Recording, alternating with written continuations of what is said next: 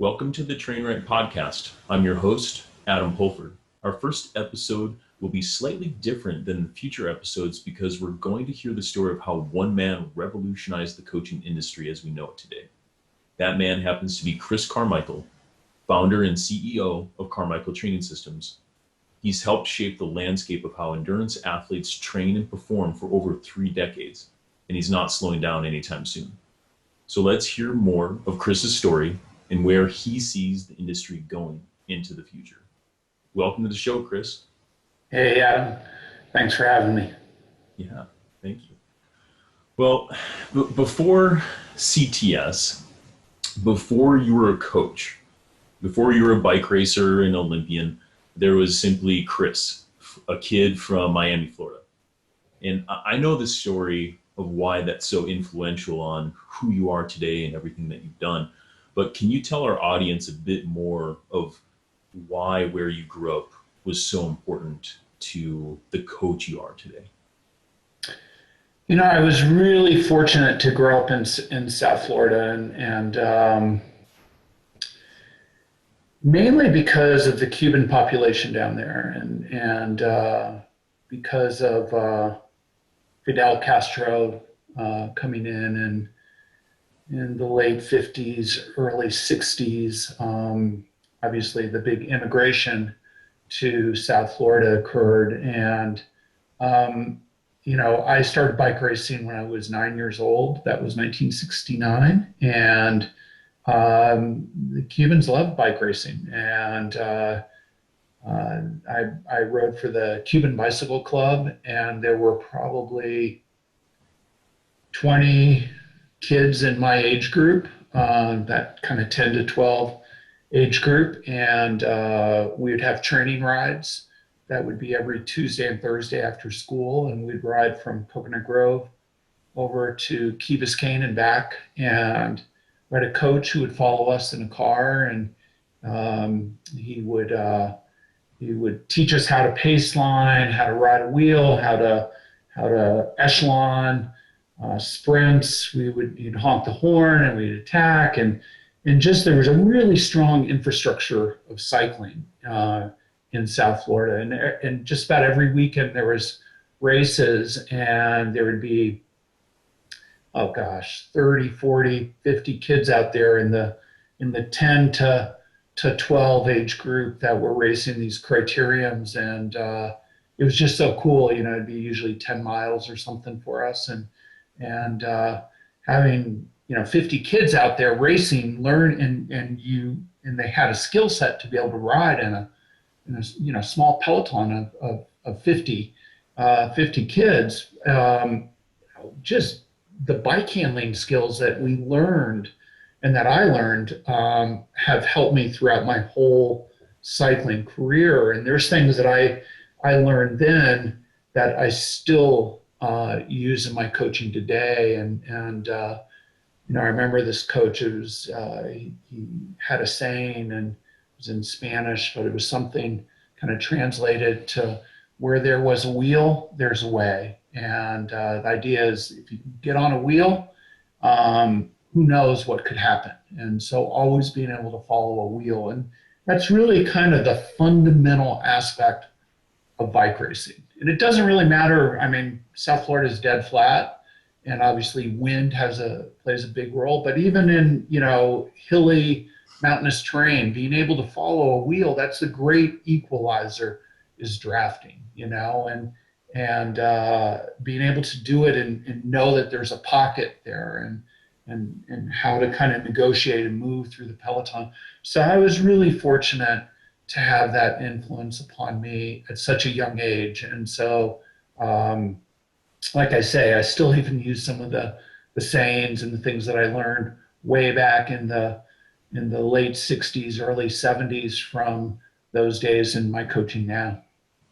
Yeah, that's pretty unique. I mean, I would be hard pressed to know of a pocket right now that would even have that great of an opportunity to train for a 9-year-old to train and race and things like that in the nation right now. So I mean, that's pretty huge. Yeah, I mean, you grew up in Minnesota, and just imagine when you were 10 years old, if you wanted to be a bike racer back in the late 70s, early 70s, you know, Yeah. how would that happen?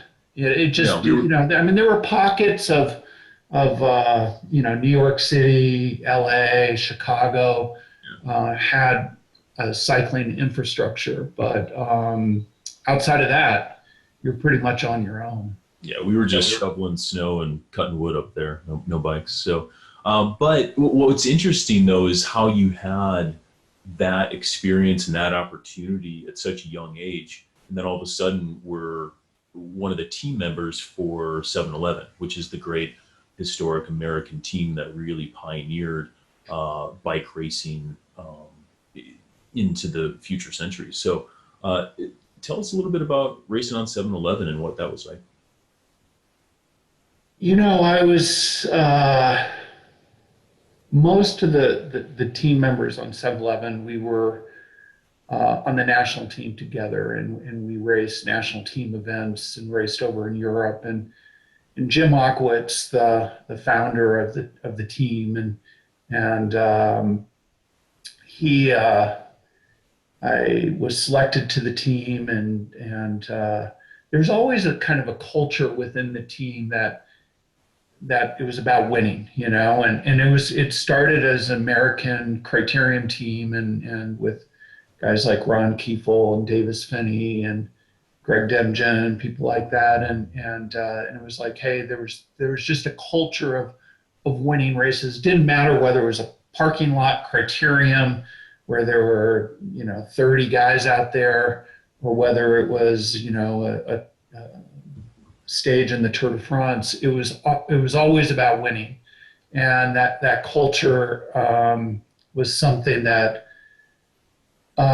really kind of seeped into me, because I don't think there was ever a race we did together with 7-Eleven that there wasn't a discussion in the team strategy session before. It was always about how could we win, and there were mountain stages where there was no way, but there was like, well, what could happen, and if everything worked out. And then sometimes we had Andy Hampsten, who obviously was a huge talent, won the Giro, won the Tour de Suisse twice, won Alpe d'Huez and the Tour, fourth in the Tour de France. Just a tremendous, perhaps one of the best climbers ever.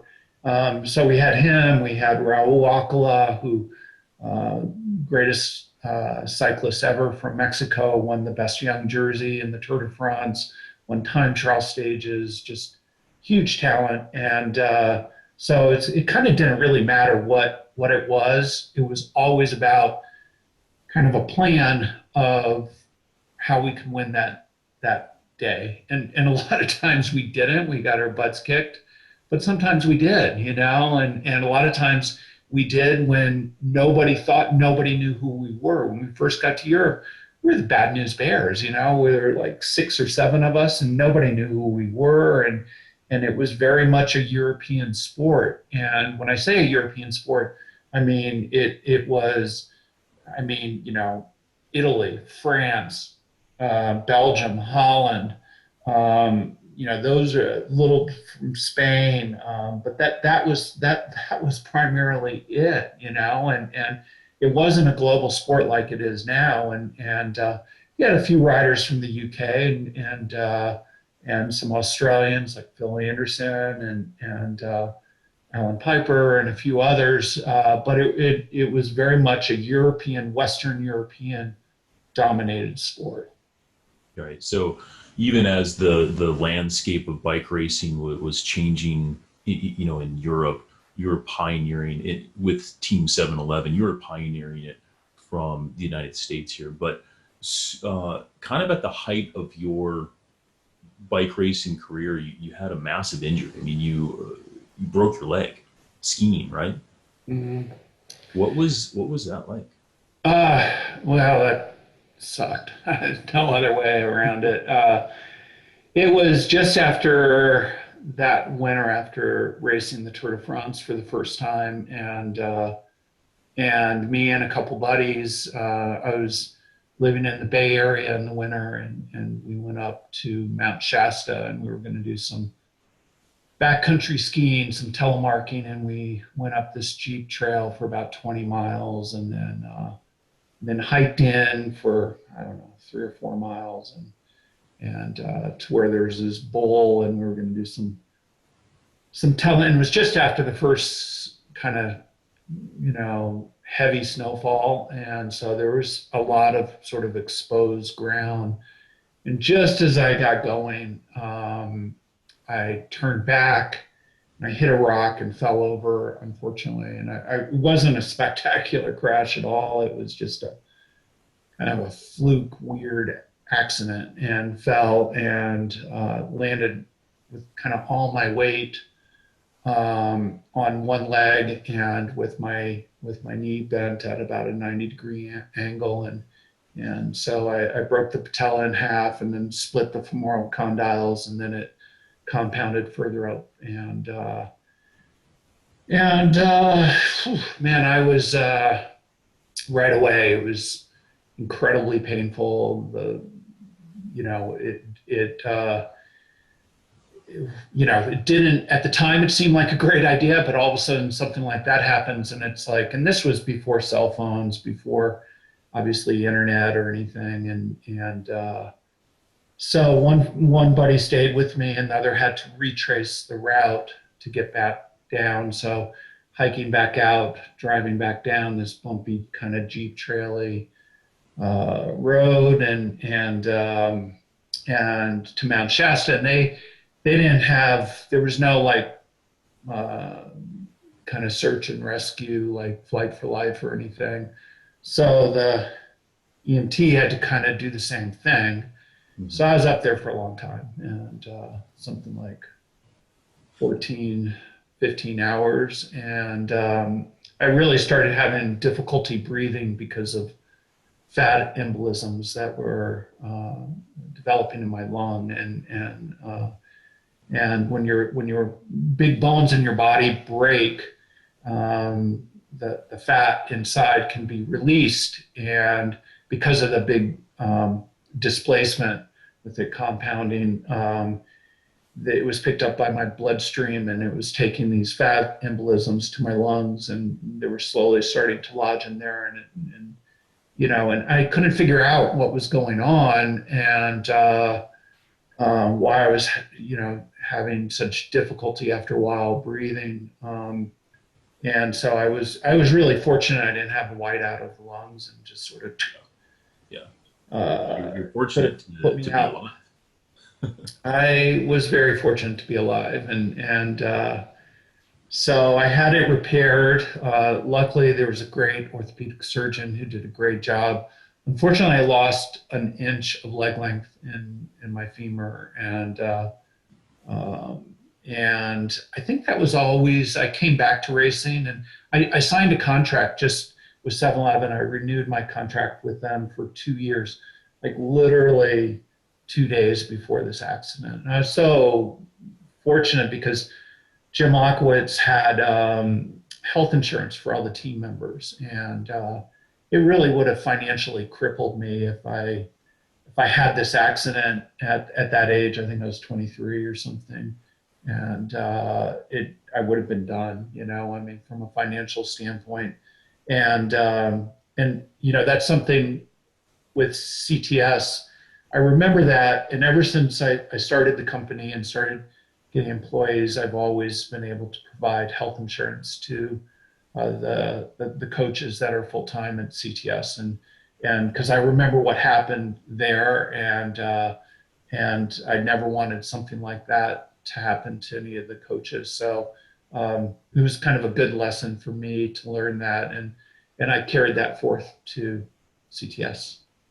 Yeah, good lesson, hard lesson for sure. And I would imagine, much like Taylor Phinney and Chris Froome, potentially, knock on wood, but you came back and you were never the same, which the reason why I bring that up in bike racing, never the same. The reason why I bring you up was this event, correct me if I'm wrong, but this eventually led you into the coaching pathway, right? Absolutely. Yeah.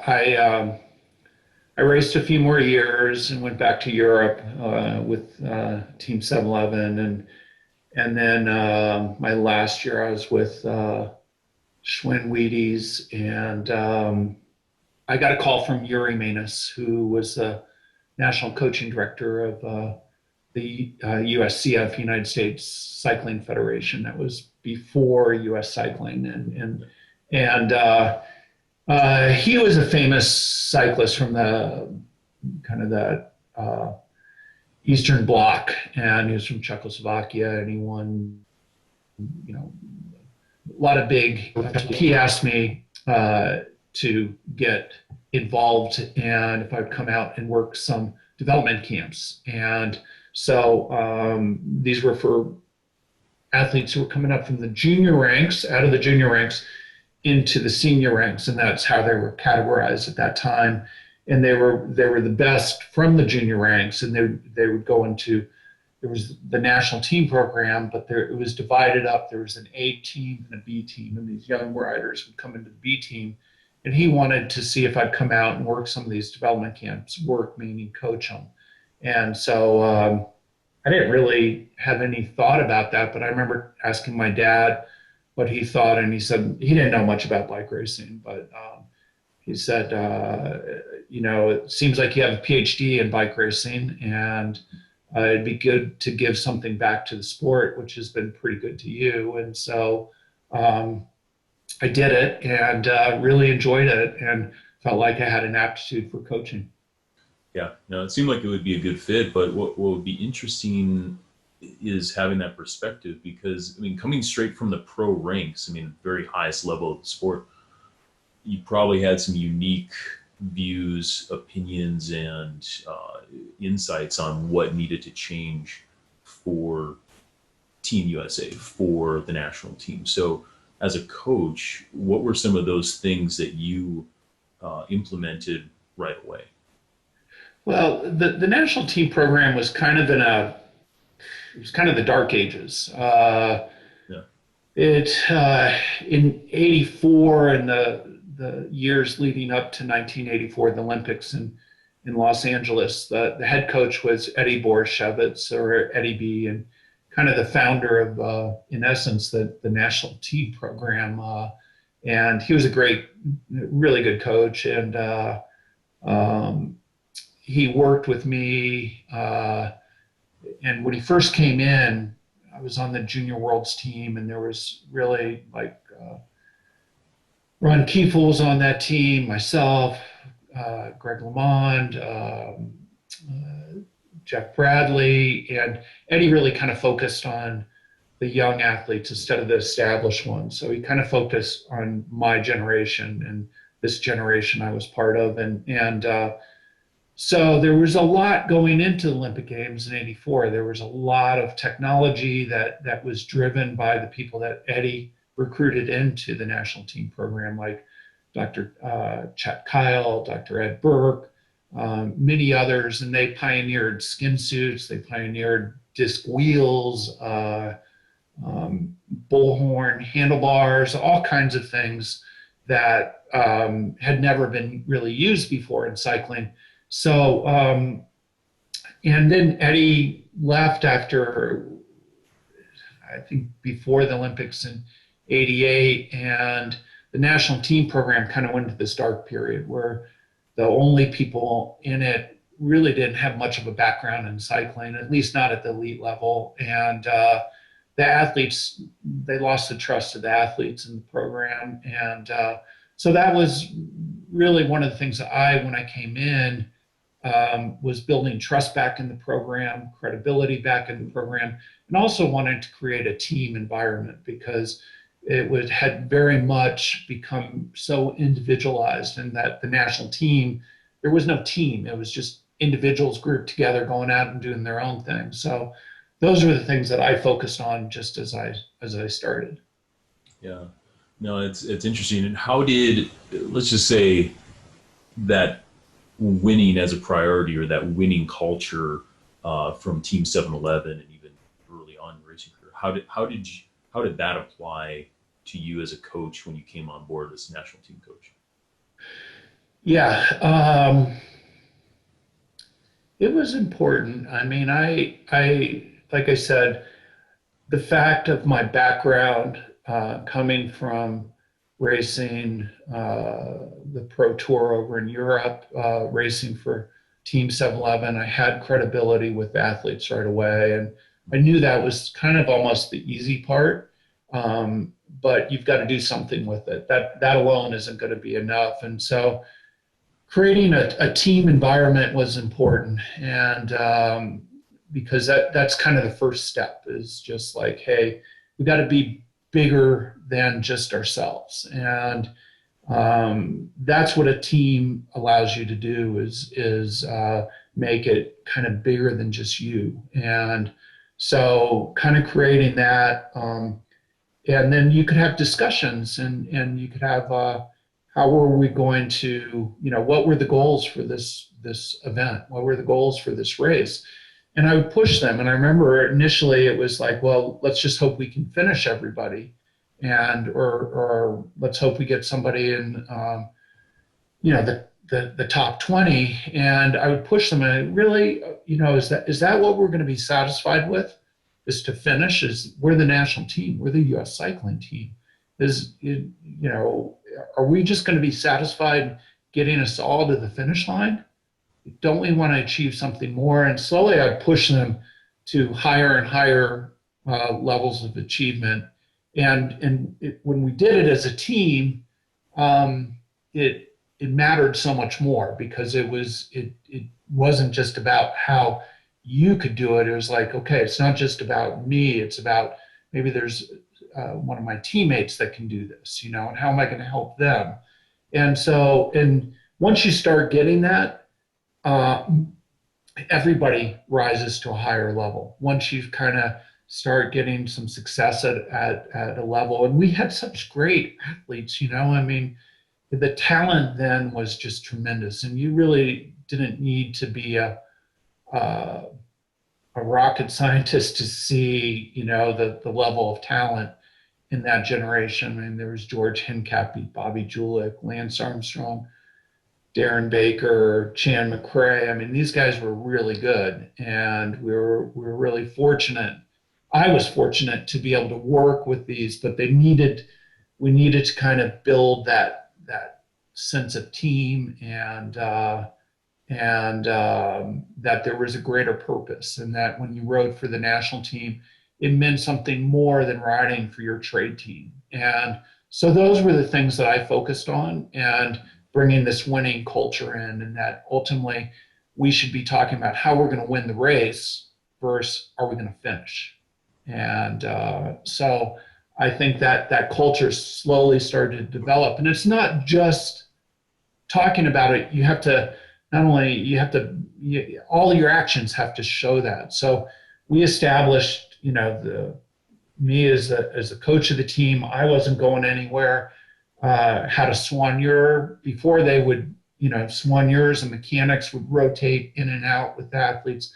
They never really got a sense of getting to know and work with the athletes and know their individual needs. So we established a mechanic, soigneur. We didn't trade them out, and they went with us to all the events. And so slowly that was the team, and it built from there. And you could start, this culture could start getting nurtured and working and growing within each individual. And when we talked about a team, it slowly became not about one, it became about how could we win? How could the team win? And it, I mean, going to the Olympics in '92, the men's row team, we had in perhaps one of the best national teams in the world. And with in Spain, whether it was Lance or Darren or Jonas Carney, we were leading him out for stage finishes, and he was beating people like Eric Zabel in the sprints. And our team was a real force to be reckoned with. Mhm. Well, clearly, I mean, clearly it was working. I mean, creating a team environment, uh, coaching them into, this winning mindset, but then also developing the talent ID programs and things like that. It was working. You were winning. You mentioned the '92 Olympic Games, but also up to the '96 Olympic Games, where this Project '96 came into play. Tell us a little bit more of those elements in '96, because you were also then at the cusp of some revolutionary stuff in cycling. Uh, I was asked to take over the national coaching director's position, and that was going into the 1996 Olympic Games in Atlanta, Georgia. And we put together this project, and it's called Project 96. And it was, putting the best prepared physically, mentally, and technically athlete on the fastest equipment for the Atlanta Olympic Games. And so we recruited, we got great sponsors involved. We got EDS, and they were a sponsor of the US cycling team, sponsor of Project 96. Technology company, they owned General Motors at the time, so we were able to use their wind tunnel at GM to hone down the bikes, the equipment from an aerodynamic standpoint. I got a lot of great sports scientists involved. I got Dr. Ed Burke back involved, Chet Kyle, numerous others involved. I got GT Bikes, and at that time, GT Bikes was a BMX mountain bike brand, and knew nothing about track cycling or even building road bikes. But they had a great founder, Richard Long, who had a vision for GT, and unfortunately, Richard was killed in a motorcycle accident. But they built some incredible bikes, and we looked at everything. I mean, the bikes were revolutionary, but not only that, from a physiological sense, we did some really cool things. We worked with Dr. Jim Stray Gunderson, Ben Levine, and they were sort of the pioneers of the sleep high, train low method of training, and sleep at high altitude and train at low altitude. The high altitude, you get the blood volume changes, train at lower altitude to get the intensity, the higher intensity forms of training to get the physiological adaptations. And so we did things like we would be sleeping in Woodland Park with endurance track team, and Woodland Park being like 8,500 feet above sea level, right? yes, Yeah. 8,500 feet. And then we'd go down to Colorado Springs, it's about 6,000 feet, and we worked with USA Swimming, which had this flume, the swimming flume, and you could change the amount of oxygen in that flume. And so we would have the endurance track team with their bikes set up on trainers, and we'd be training about 300 or 400 feet below sea level, this really rich oxygen that they'd be breathing in. So the power levels that they'd be producing during these VO2 intervals were really massive. So the thought was they would get more physiological adaptation because of this higher power output. So we did stuff like that. We did work with glycerin, adding glycerins to a sports drink with the thought that this was going to hold more water in the cell, so help with hydration, because with the games being in July in Atlanta, we knew keeping core temperature down was important. So we did things like that. We did all kinds of cool, we worked with Dom Lamson from D2 Shoes, and Richard Bryant from Speed Play Pedals, and incorporated a shoe pedal that was more aerodynamic. We didn't actually end up using that, but nothing was off limits from a sense of how could we get the athletes on the fastest equipment possible. What I want our audience members to realize here is, I mean, some of you might even have altitude tents where you sleep in the tent or even a room for your own training, and it's fairly common now. I mean, but what you were doing at the time, Chris, was revolutionary, but it's also risky. Like no one else is doing this. I mean, what if you were wrong? Oh, we were wrong a lot, I mean, and you learn that way. I mean, you learn from doing things right, and you learn from mistakes, and there's a lot of sort of those mistakes and corrections and things like that. I mean, there were things that we did that, from that hypoxic training, we realized how much training stress was on the athletes, and that they needed much more recovery in order to adapt. And that form of training is still being used today, and has been, managed more effectively than how we were doing it initially. But it was it was a step along the way.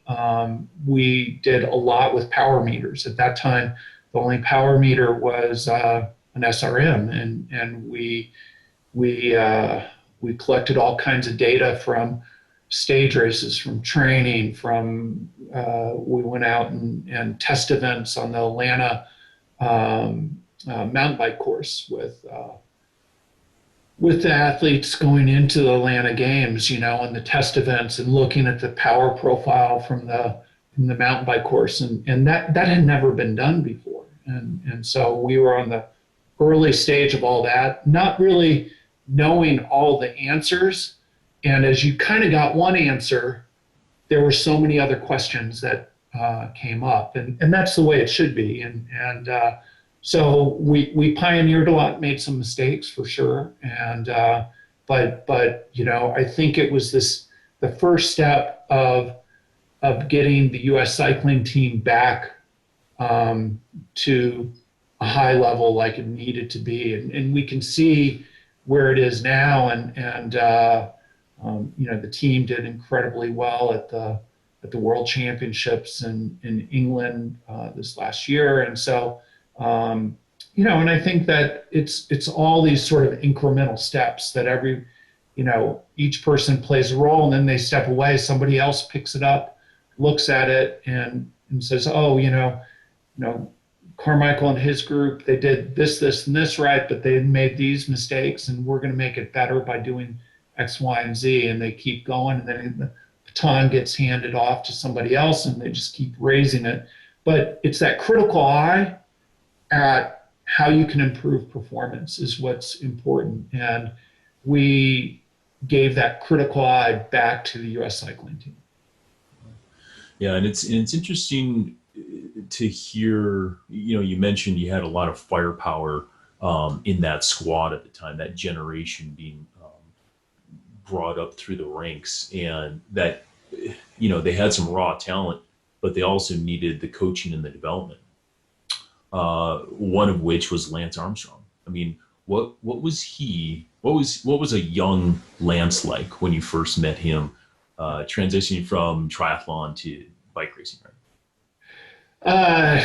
Man, he was just so talented, and you could see it. I mean, same thing when I was an athlete, Greg LeMond, training for the Junior World Championships, we'd go out and train, and then everybody would come back from a hard training ride and be wrecked, and Eddie B would take Greg out for another hour or so of motor pacing while the rest of us just slept. And Lance was kind of the same way.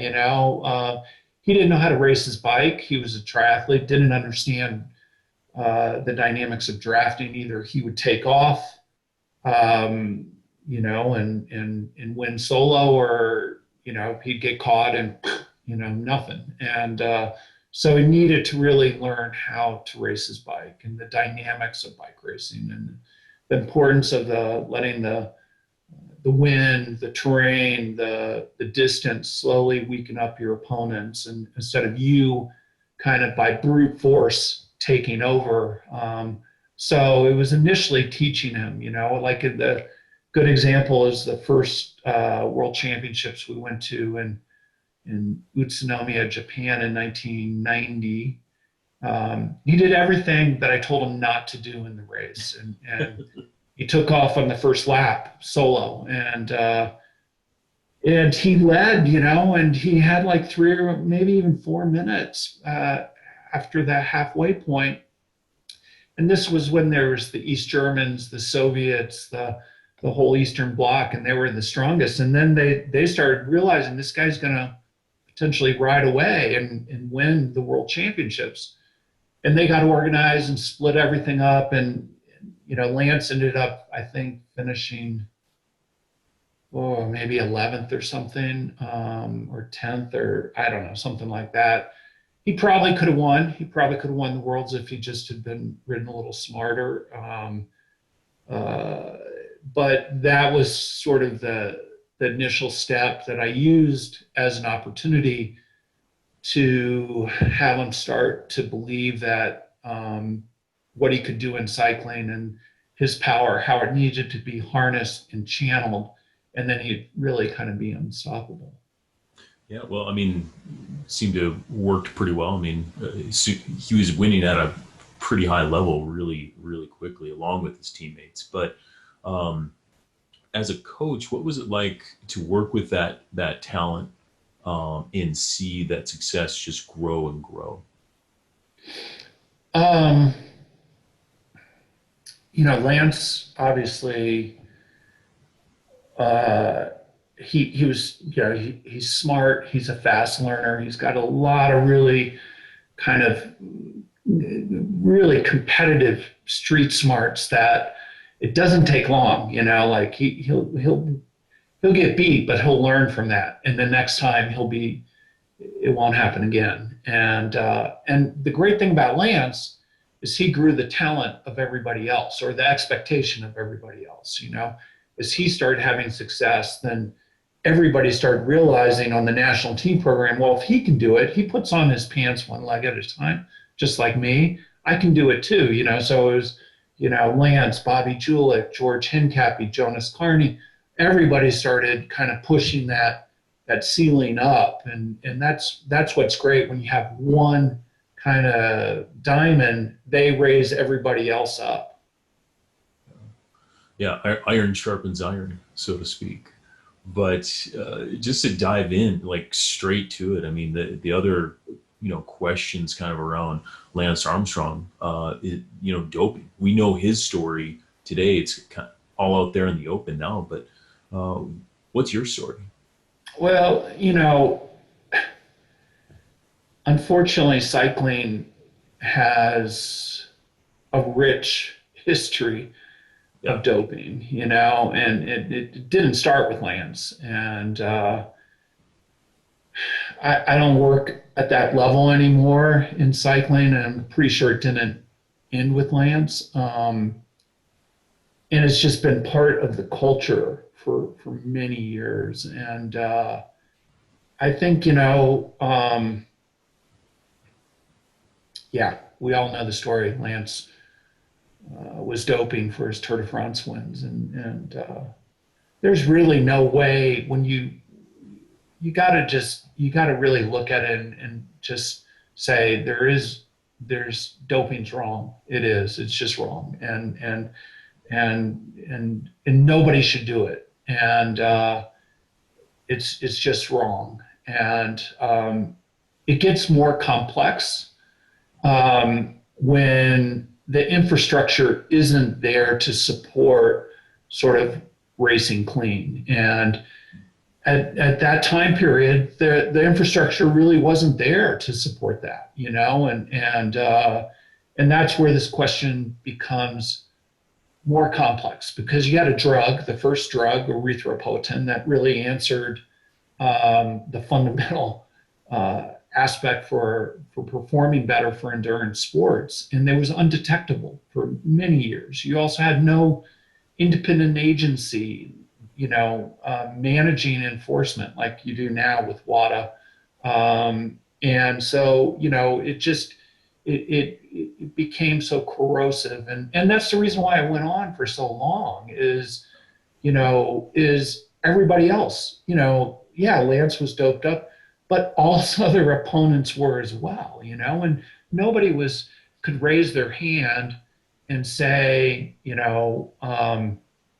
I should be the winner of the 1999 or 2000 or 2001 Tour de France because they couldn't take the scrutiny. They were doping just like him, and that shouldn't happen. It's wrong and it should not happen. And now I think we're in a day and age,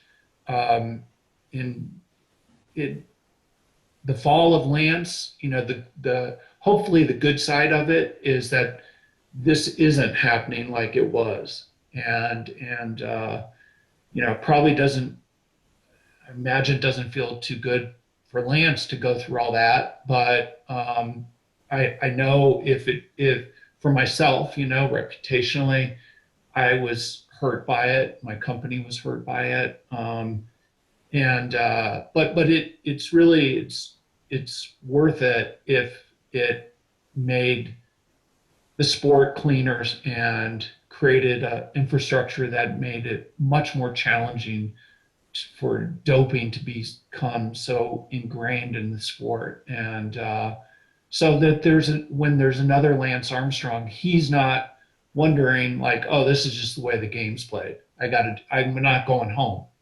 I'm going to beat these guys. And if that's the way I got to do it, that's what I'm going to do, and if that can take away that from the sport, so it doesn't exist, or at least not the way it did for many years, then from my perspective, it was worth it, and it seems like, it's sort of,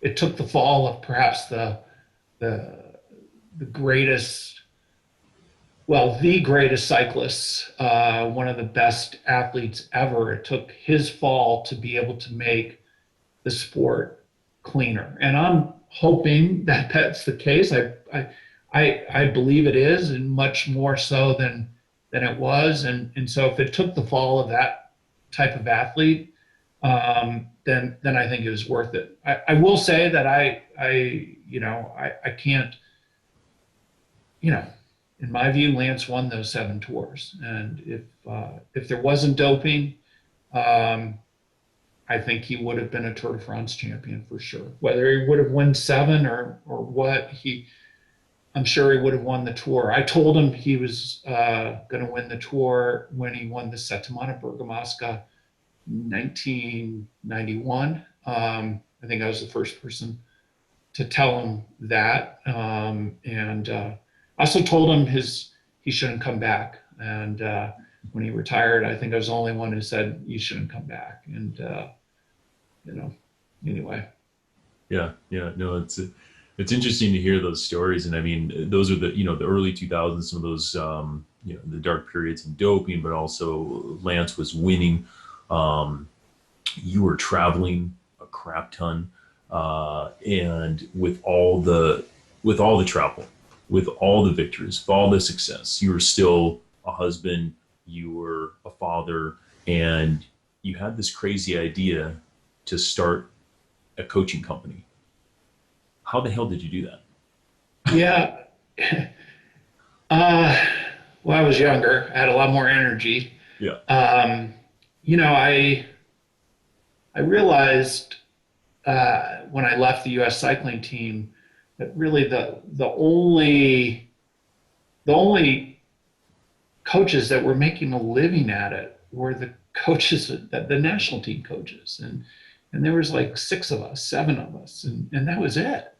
And those are the only coaches that were making a living as a full-time bike racing coach, and that basically the cycling market was all geared around elite athletes, and there was not much dissemination of training information, nutrition, anything for sort of that recreational or enthusiast market, who the guy or gal who's mid 40s, career, family, wants to do well in a century ride or maybe win their, district or state championships.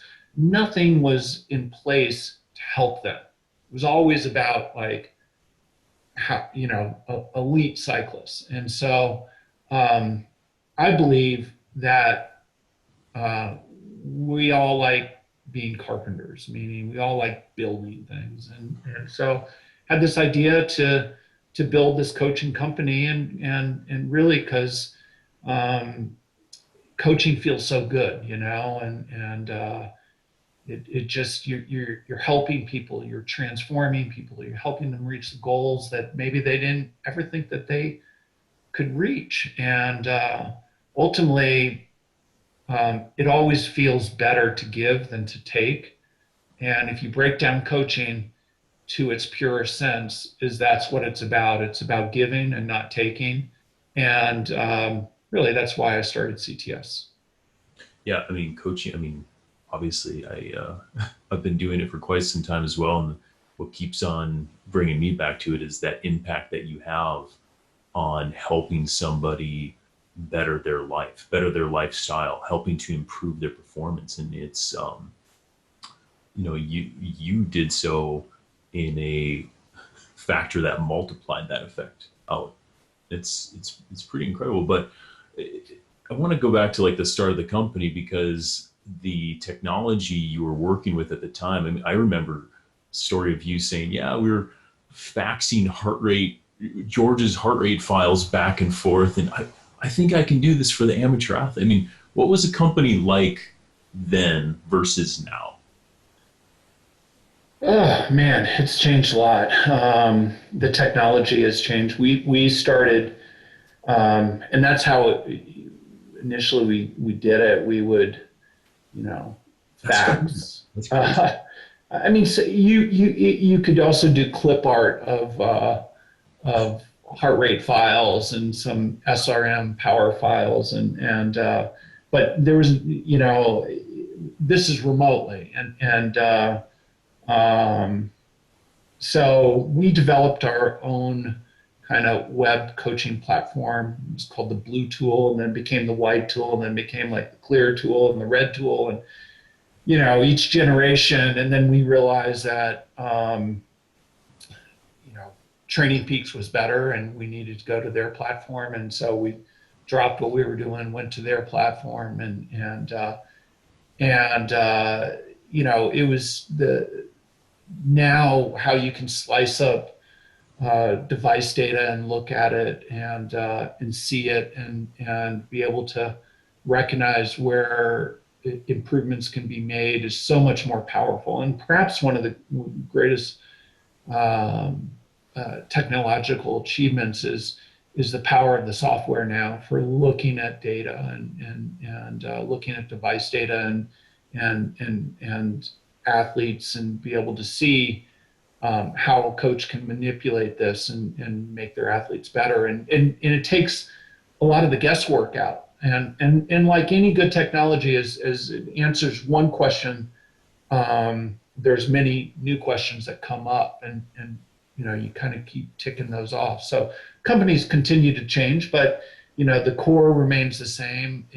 We're a coaching company, and it's all about the relationship between the athlete and the coach. And initially we had coaches come in and they'd do a 6-month residency program. That was a little bit too long, so to speak, and so we condensed it and had our own internal coaching college. But we look for coaches, a profile of coaches, young, kind of fresh out of college with a degree in exercise science, and then they we teach them our methods. We teach them our practices, and the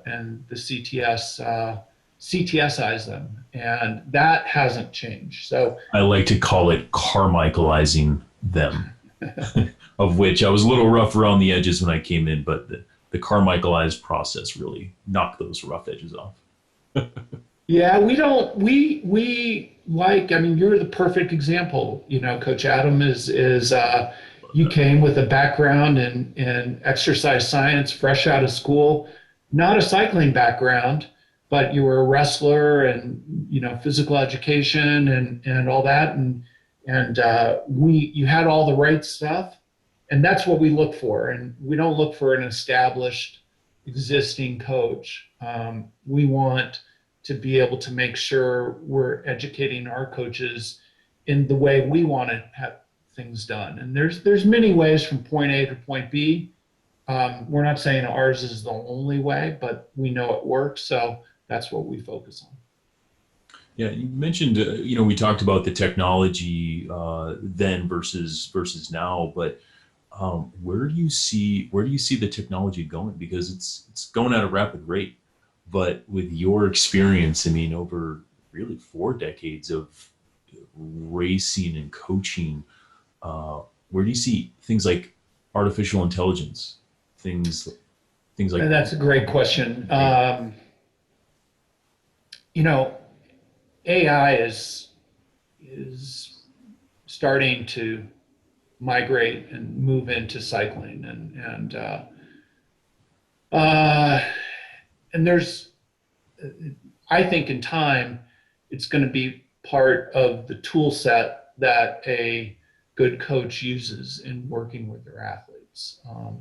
And if you've got robots now doing surgery with artificial intelligence, to think that they're not going to be, that artificial intelligence isn't going to be able to develop training programs and analyze the data and manipulate it, would be, it's happening. And but the coach isn't replaceable. That relationship between the coach and the athlete is not going to be replaced by artificial intelligence. I think the coaching industry, it's important that it's early stage, and the coaching industry kind of needs to come together, I think, to make sure that there is a consistent, consolidated voice, that the coach is not replaceable by artificial intelligence. And because there's going to be more and more pressure from an economics standpoint to cut the coach out. Why pay a coach $300 a month or whatever that coaching fee is when, hey, it can all be done with the device and the AI in the device.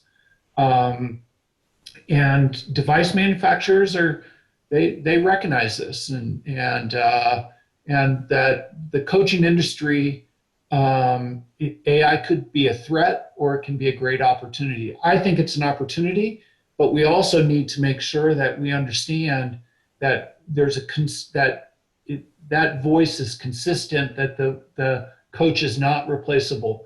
You don't need a coach when everything's going great, and you're winning and all that is going great. You need a coach when it isn't going well, so that they can, pick you up, take you by the hand, give you that tailwind that you need to get back on the bike and get moving. They can see the forest through the trees. They're that steady, consistent hand that can calm an athlete when they don't know which way is up. That's not going to come from the black box.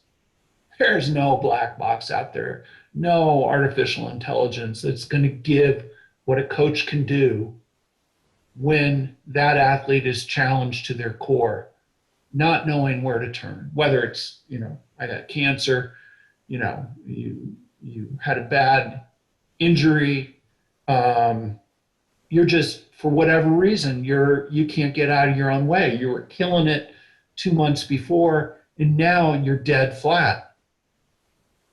The coach is going to be the one that raises that athlete up, gets the athlete back on the bike, and gives the athlete the tailwind they need to find their way. Yeah, I completely agree with that, but I will kind of echo some of your sentiments of the coach, the modern day coach will either be enhanced by the technology, meaning they'll be able to help the athlete excel, and do things that we do now, perhaps more efficiently or even quicker, or will get left in the dust. And I think that all of us coaches are at that point right now. And so as CTS is celebrating their 20th anniversary in 2020, it's an exciting time period, but it's also, because of those challenges with the technology, it also can be a volatile time period. So where do you see, Chris, where do you see CTS going in 5 years, 10 years, or another 20 years? We plan to keep marching forward. I'm trying to position the company so we'll be here in 20 years. I may not be, may not be part of that. I plan to. Might be the weird guy in the corner, I think, but yeah, I might be the old guy they point at and make fun of or whatever, but I'll be 80 then in 20 years I think the need for coaching is going to continue to grow because that contact, that human contact, that one-on-one between the athlete and coach, as I say, that's only going to grow. And with AI in the toolbox of a good coach, they only get better, and they're only going to be able to help the athlete perform better. They're only going to help them be able to rise to new levels that they basically couldn't reach before. So I think it's the future is bright, and we're going to see so much more come from the enhanced technology and allowing a good coach to coach great. No, as I'm sitting here thinking about what we're talking about here in the future. I mean, we're talking 20 years in the future. You've already been around with the CTS for 20. I mean, when you started the company, did you think about leaving a legacy? Did you think that you would be impacting this many coaches or this many athletes? No,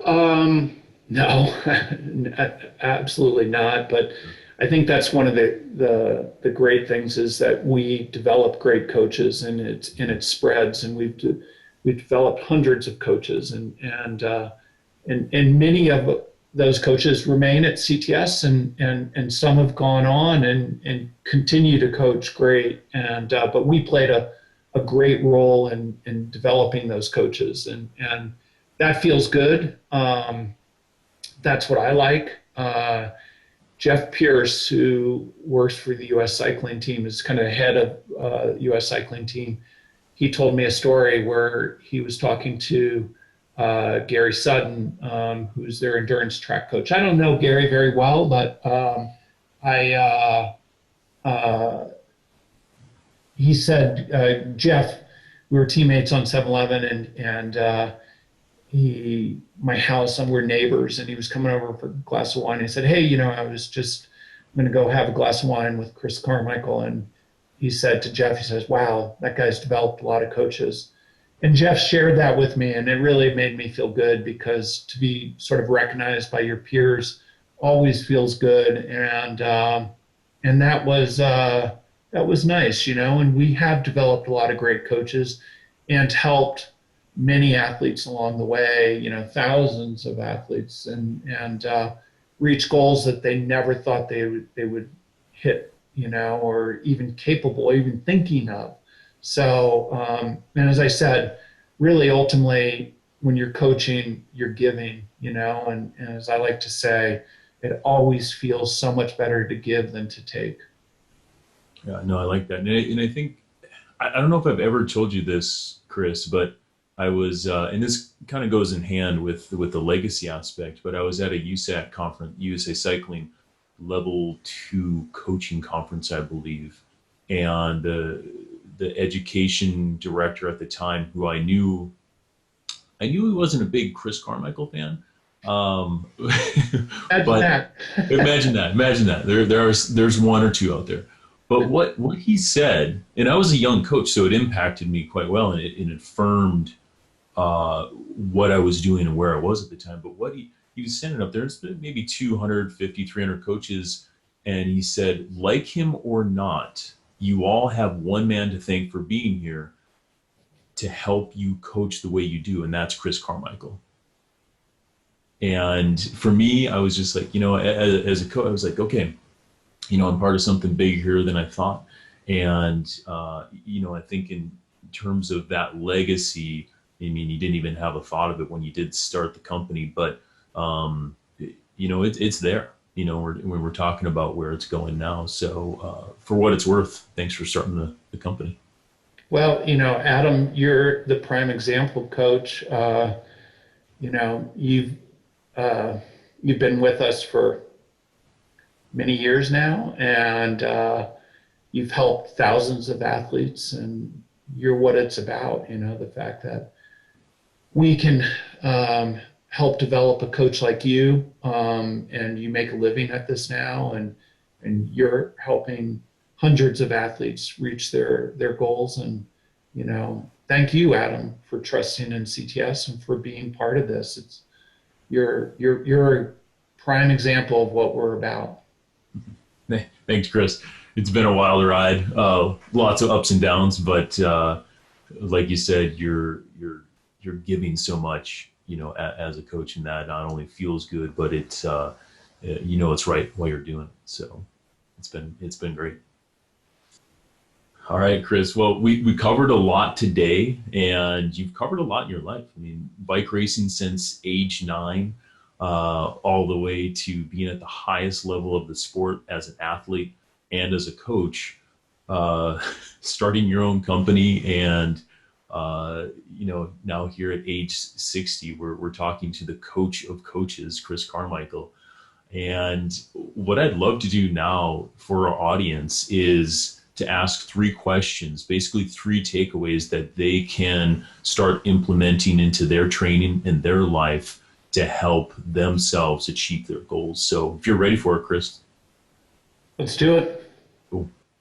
Our listeners are addicted to improving themselves and increasing their endurance performance. So, Chris, the first question is more or less on training philosophy, but specifically about adaptation. So we all know that adapting to training stress is crucial for the athlete's success. What can our listeners do in their training and in their life to more quickly adapt? Recovery.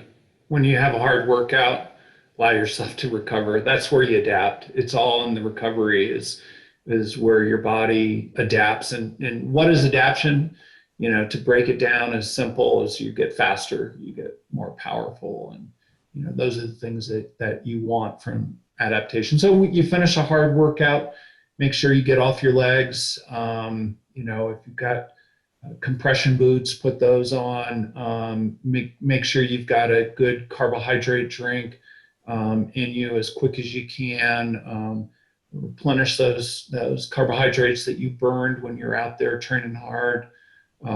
Make sure that you're sleeping as much good quality sleep as you can have. Is going to be important for recovery. But it's all about recovery. After hard training, you want to make sure you're recovering. That's what it's about. Can't be any more clear than that. I love it.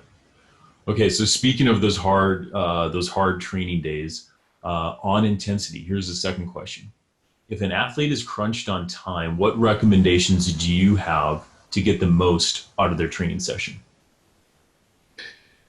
If an athlete's crunched on time, really, throw away the idea that, you're going to have training volume that's going to give you any adaptation. And basically, if you're training less than, 8 hours or less, training volume is a long training ride for you is 2 hours. That's not going to give you much. You've already adapted to that, and that's part of progression. You've already adapted to that level of training. If you were untrained, fine. Focus on intensity, because that's where you're going to get all your speed and from. So there's on that is doing short, intense intervals, 3 minutes to 90 seconds, as hard as you can go. That's going to improve VO2 max with limited amount of recovery. You're eliciting your VO2 system. It's a rate in which you're delivering oxygen to your muscles, and it's a trainable metric. And so, doing VO2 intervals, then doing longer, more sustained efforts, not quite as intense, roll back the intensity, but doing repeated bouts like that. That's going to focus on improving your power at lactate threshold. All kinds of different now ideas about what threshold is, but keep it simple. It's about as hard as you can go for 20 minutes, and then doing repeated bouts of that. That's going to improve your power at lactate threshold. If you improve your VO2 max, if you improve your power at lactate threshold, you're going to ride better. Perfect. So high intensity intervals. Mm-hmm. Got it. If you're time crunch, that's what you need to be doing. Roger. All right. So last question for you, Chris. I think this is very fitting on motivation. Okay. So you started racing bikes in 1969 and it's now 2020. What's kept you motivated for over 50 years, both on the bike and off the bike? And how can our audience utilize some of that motivation from Chris Carmichael into their life? I think you always got to be putting things out there. You always got to be putting goals out there. And as an athlete, that's easy to do. And as a coach, it's looking at how you're going to help your athletes. What are the things that help them achieve their goals? As a business owner, it's where we taking the company and we achieve a goal.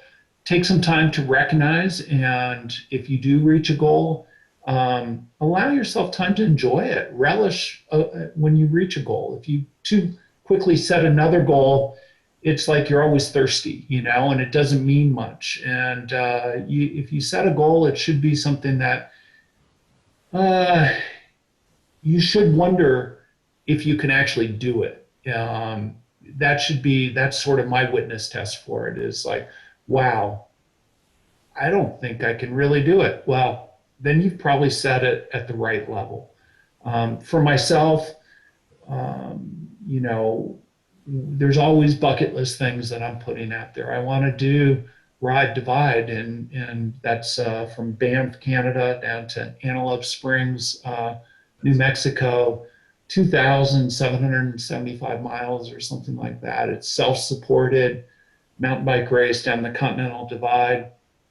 I don't know if I can do it. I wonder whether I can do it, and I'm going to do that when I'm, when I'm 60, and that's the right sort of motivation for me. I know I've got it set right when I'm going, wow, I don't know if I can actually do that. And so I think that kind of keep putting goals out there that test you, and test you physically, test you, emotionally, test you kind of spiritually. Those are the things that sort of, I think that motivate me. And I think the other thing is to not necessarily look back, as we get older. I don't look back at, what I did in my 20s, when I was in the 80s. And I mean, it feels like another lifetime ago, but I don't even look back to what I was doing in 2008 or something. And it's, you have to compare yourself to where you are right now, and not back then, and look for, improvements and things that you want to do, and have that own sort of self motivation for reaching those little internal goals that you set for yourself. Yeah. So tune into your passions, set aggressive but realistic goals, and don't look back. I Yeah, like it. I like it. Well, great, Chris. This has been a lot of fun getting to hear more about your story, even though I've known you for 15 years. Um, I know I learned a lot. I think our audience members learned a lot, and I look forward to seeing where CTS goes in the next 20 years. absolutely. Thank you, Coach Adam, and I'm excited to work with you, see where you take the TrainRight podcast and where you take your coaching and the rest of our coaches and where US cycling and where cycling is going globally. I'm just happy to be part of it. Yeah, it's gonna be a fun ride. Thank you, Chris, and thanks to you. Thank you for being our first guest today on the Train Right podcast. Thanks, Coach Adam.